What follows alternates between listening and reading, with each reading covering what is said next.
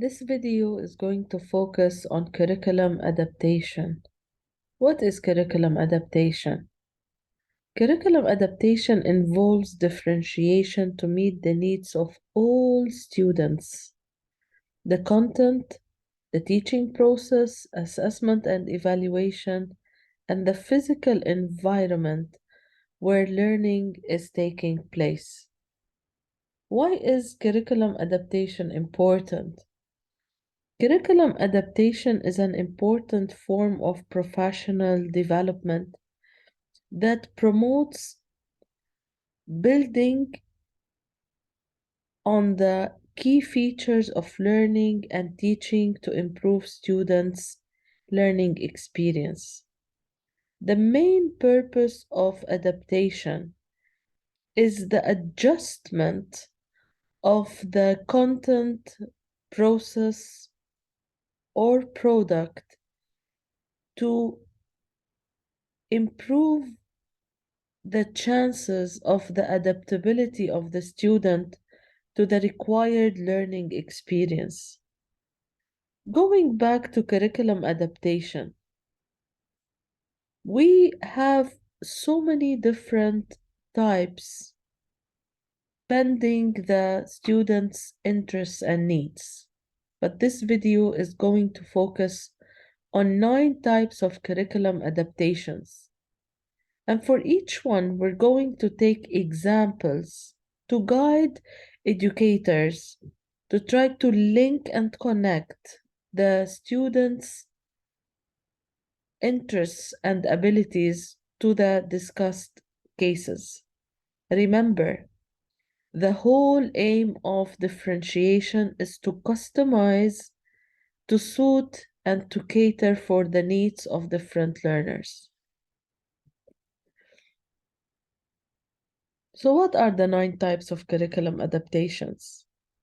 Quantity, time, level of support, input, difficulty, output, participation, alternate goals, and substitute curriculum. Looking into the quantity, from the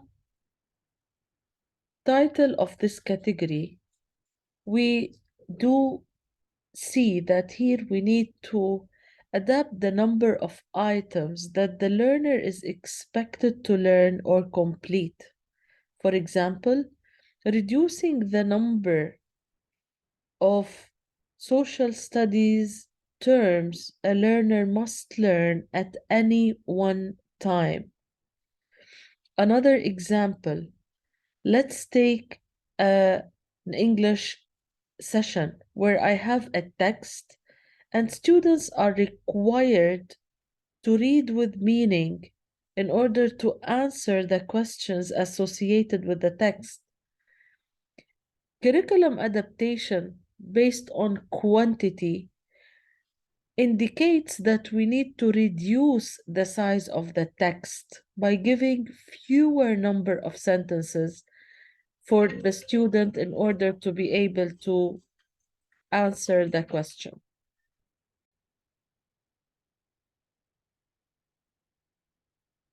The second type of curriculum adaptations is time. Adapt the time allotted and allowed for learning, task completion, or testing. For example, individualize a timeline for completing a task, pace learning differently, increase or decrease for some learners. One common misunderstanding among all educators is looking into the curriculum adaptation with a perception of making it lighter, where it's not the case. Sometimes I have to make it more condensed, and at other points I need to make it lighter. So, for example, let's talk a little bit about writing an essay. Some students require more time because they do not have the skill of picking up the suitable keywords, coming up with the organization of the thoughts in order to produce it.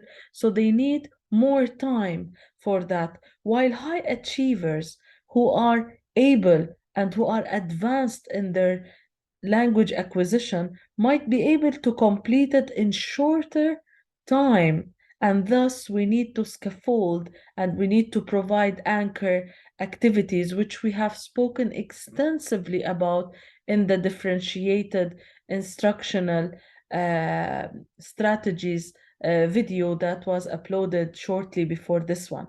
So, when we are making or designing a project or a learning task, we have to be mindful about increasing or decreasing based on the student's abilities in order to complete it with a suitable uh, time frame.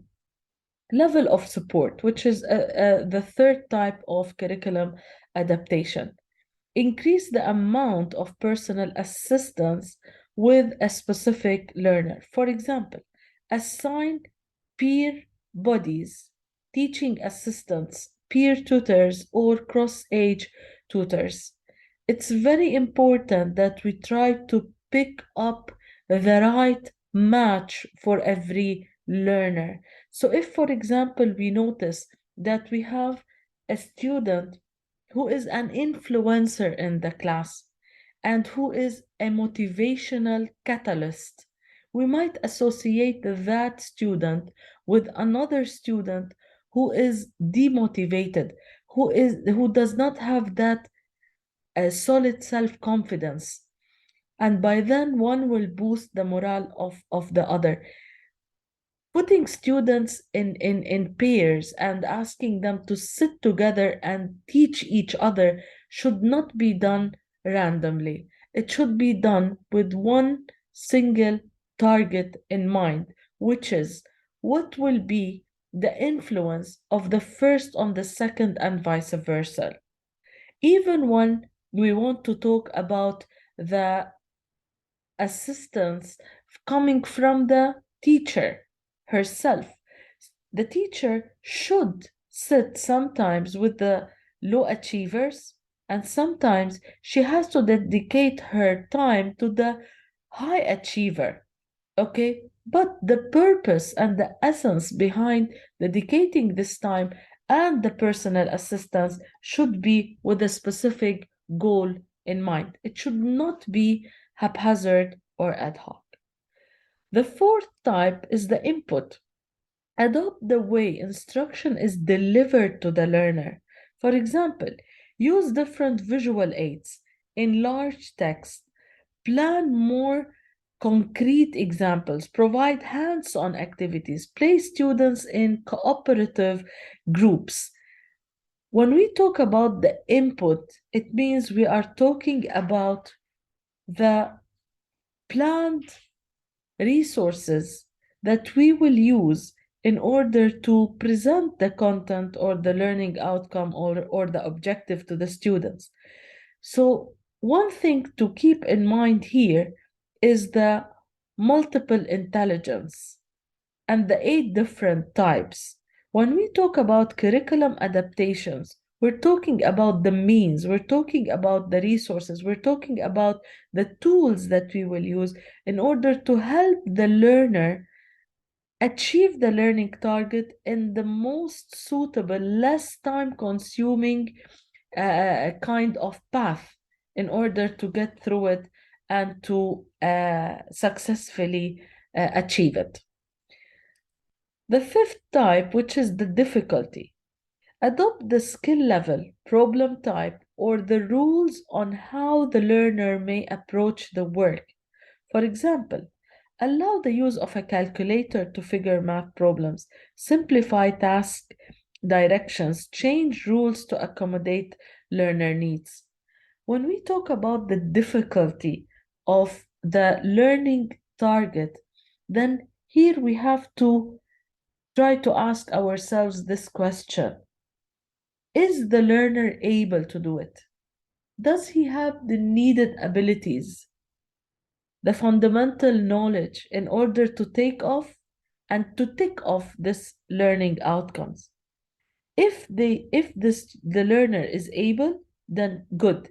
If we know that this learner might struggle, then we have to provide specific hints, maybe to give specific guidance or tools in order to help and guide and support. Okay, some students will take the description of the question and will design the plan, do the required work and achieve it and reach the conclusion. Others, they need the if then. What if this happen? What will happen then? Some stimulators in order to guide them and to make it easily accessible, because there is one important thing that we need to keep in mind, which is breaking the learner in front of us, making the learner reach a point where he loses his self-confidence and he will feel, no, I'm not able to. Using the calculator for math problems, maybe some softwares, maybe some platforms, using the digital resources, or trying to breaking down the task into subtasks, into small portions, giving guidance and direction. Okay, giving maybe 2 3 hints where we will allow the student to stay on task, stay on the right track in order to get to where he needs to go. Output. Adopt how the student can respond to the instruction. So instead of answering questions in writing, allow a verbal response. Use a communication book for some students. Allow students to show knowledge with hands-on material. It's very important that we have kind of a flexibility of how students can express themselves. You have some students who struggle to put their ideas in written. Allow them to speak. Some others, they like to create models. Allow them to do that.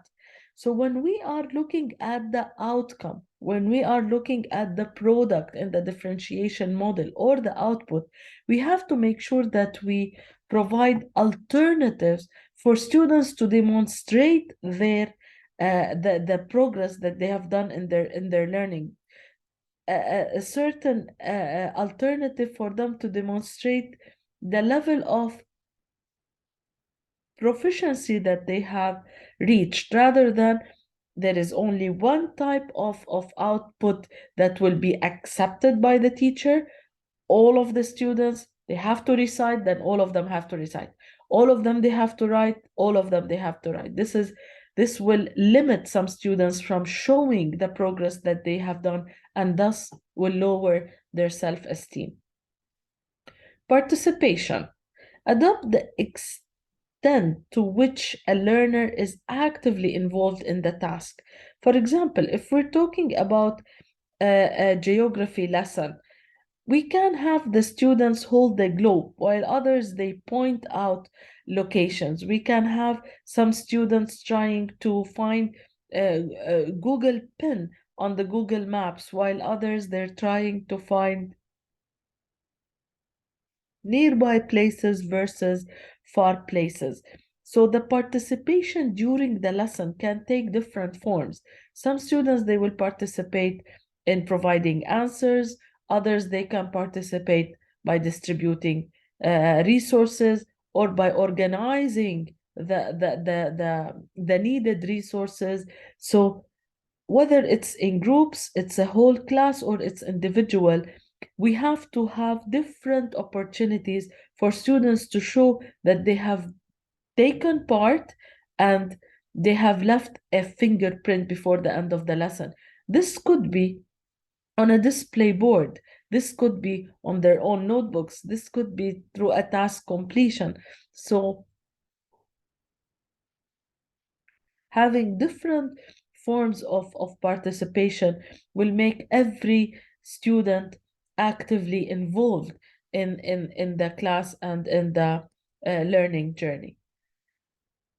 Alternative goals. Adopt the goals or outcome expectations while using the same materials. For example, in social studies, expect a student to be able to locate just the states, while others learn to locate capitals as well. So we should not expect everybody to reach the final destination at the same time. Some students might be able to achieve the first learning objective, while others they will achieve two learning objectives, while a third learner can achieve all the learning objectives. But one thing that we have to keep in mind while designing our lesson plan is the ability of that learner. Allow him to celebrate his success by showing the target that is within his reach. So by then, when he invests time and effort and he demonstrates his ability, in that we don't make him feel that no, it's either the high level of the learning outcome or it's nothing at all. So dissecting the learning outcomes and having different levels based on Bloom's taxonomy for different learning outcomes will enable all learners to achieve some goals and to celebrate their success. Last type, which is substitute curriculum. Provide different instruction and materials to meet a learner's individual goals. For example, during a language test, one student is learning computer skills in the computer lab. So here, when we talk about substitute curriculum, I all the time see it as being the extreme kind of curriculum adaptation, where we have a completely different form and mode of study that is customized to suit that learner in the sense of having completely different instruction and different material, okay, in order for that learner to be able to achieve the learning target. One thing that we have to keep in mind at the end of this video is that sometimes we do a lot of curriculum adaptations, but we place those adaptations under the wrong types. And this is very critical. When we have people coming to our school to evaluate the work happening, we have to be mindful that the type named should be suitable by the description. So if you are asked what types of curriculum adaptations do you use, when you say quantity, time, input, it means quantity should fulfill the definition of quantity curriculum adaptation. Time should fulfill the definition of time curriculum adaptation, so on and so forth. So knowing those 9 types will enable us to have a quick answer to provide the right classification or category for what we are customizing and what we are doing, in addition to having the suitable adjustments that will allow all students to excel, to achieve, and to progress during their learning journey.